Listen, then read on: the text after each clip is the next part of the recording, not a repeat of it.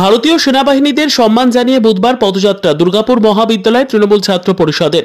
দুর্গাপুরের government college থেকে পদযাত্রা শুরু করে B1 পর্যন্ত পদযাত্রা হয়। নেতৃত্ব দেন তৃণমূল ছাত্র পরিষদের নেতা শুভ্রজিৎ মজুমদার। এই পদযাত্রায় দুর্গাপুর সরকারি মহাবিদ্যালয়ের ছাত্রছাত্রীরা পা মেলান।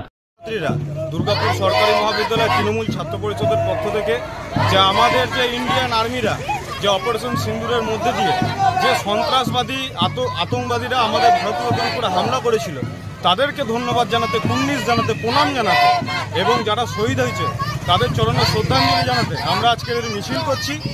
আমরা ভারতীয় সেনাকে ধন্যবাদ জানাচ্ছি, কিন্তু তার পাশাপাশি যেভাবে আমরা দেখেছি যে বিজেপির একজন MLA যার নাম হচ্ছে শান্তনু সাউ, উনি যেভাবে আমাদের ইন্ডিয়ান আর্মির জওয়ানের নামে উল্টোপাল্টা কথা বলেছেন, তারও আমরা তীব্র ধিক্কার জানাচ্ছি এবং আগামী দিন ওনাকে যেন ওনার পদ থেকে নামানো হয় এবং যথাযথ ব্যবস্থা নেওয়া হয় তার